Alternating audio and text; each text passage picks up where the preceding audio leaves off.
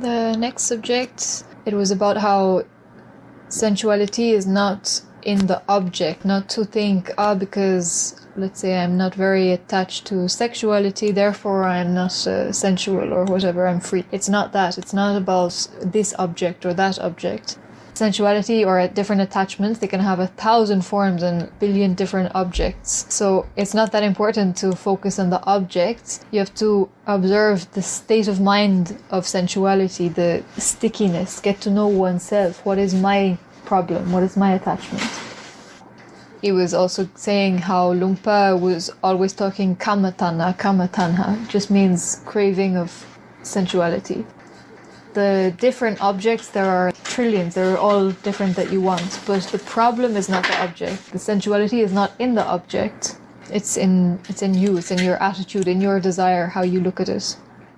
And if you put too much emphasis on the object of sensuality, you can really easily sort of escape, or the mind can escape, or can replace one object for another one. Oh yeah, I gave up this one, I renounced that, but then I sort of replace my attachment to this by doing other things and finding pleasure and comfort in other things. So that's a really big way to cheat yourself, how you can think, oh yeah, I'm free of sensuality, but finally you have the same attitude, but just in regard to different objects. Anything, desire, attachment, enjoyment, delight, in regard to anything touched with sixth sense door. Another kind of trap that you can get into is thinking that as long as you're not in some kind of big, extreme sensuality, then you're okay. Now he was giving examples of how throughout history you see people indulging in sensuality in different ways. He was giving the example of the Romans, ancient Romans, that in the palaces of the people who were rich, they would have special room, that the entire room was built so that when they would have their feasts and everybody would come and eat and eat and eat, that people could, when they had eaten so much that they literally just couldn't take another bite, then they would go to this room, and in that room there was a slave whose job was to stick a feather down the throat of the person so that they would vomit, so that they would then go back and eat more, which was called the vomitarium. Also, it's an example of how the greed of people is never fulfilled, or never, it's unending. You can keep adding and adding to it and it's still never satisfied. And even in the time of Buddha, you have many stories, people with 5 wives and heaps of gold. Ratapala is one. He was coming from a rich family, had everything he could want. Then again, at the end, this was offered to him and he said, if you follow my advice, you will throw all of this gold in the river. The kind of trap that you can get into with this, thinking that I'm not at that extreme, so I'm not sensual either. But it's much more subtle. That's a really, taken it to a really big extreme, but it starts with the same root of just finding pleasure, finding comfort, enjoying the things that you touch with the senses. If you think that sensuality is in the object, then people who see, okay, like I'm too attached to this object, they see that the solution is to get rid of the object. Okay, I have to throw it away, or I have to remove myself from it, or not touch it, or not see it, or cover it. So obviously that doesn't work, because the problem is not in the object, the problem is in you. When things can be as beautiful as they want, and one who has gone beyond sensuality can have many beautiful things around, but there is no way that anything beautiful can arise desire in him. So obviously then he's also not going to put himself, he's like search to be surrounded with beautiful things or lovely things or things that would once have arisen desire or attachment in him.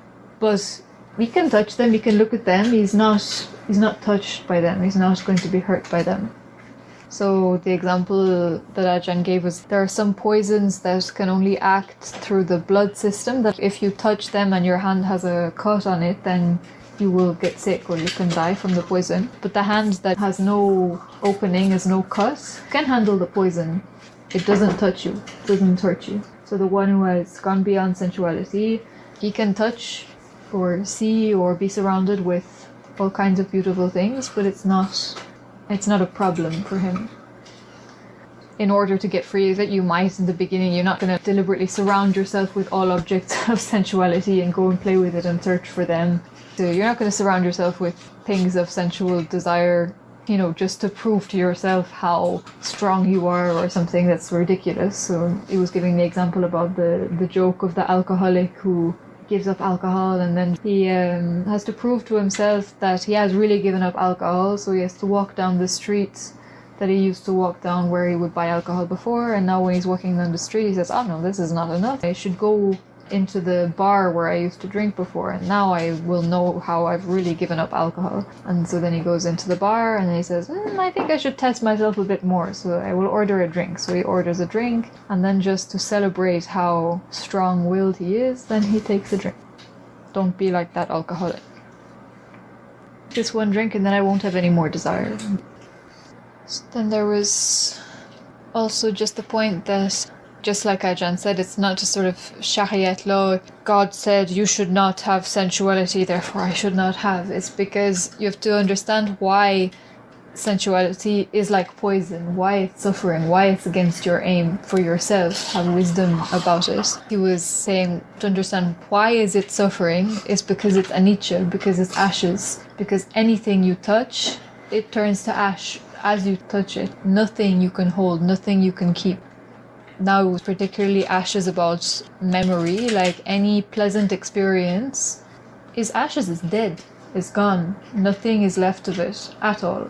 So people have the attitude of wanting to gather up good memories, and of course it's nonsense, it's useless. It doesn't, you have the memory of it that can arise, but that doesn't satisfy your desire, and your desire can never be satisfied because it's ashes. It's never something that can be kept. It's just all that, getting the object does is breed more desire. It never satisfies it, it never finishes it, never is content. When your bucket has no bottom to it, then you can pour through all the water, all the oceans, and it will never be full.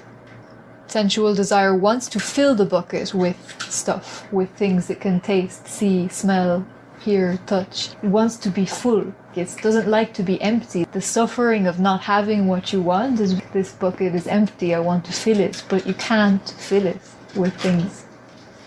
And ashes is not only the things outside are ashes, your own body is waiting to be ashes. Your own body, on which all of your senses depend, is totally impermanent, totally changing beyond your control. It's not dependable, it is not pleasant, and nothing based on it can be yours. Seeing this, then sensuality is of no interest.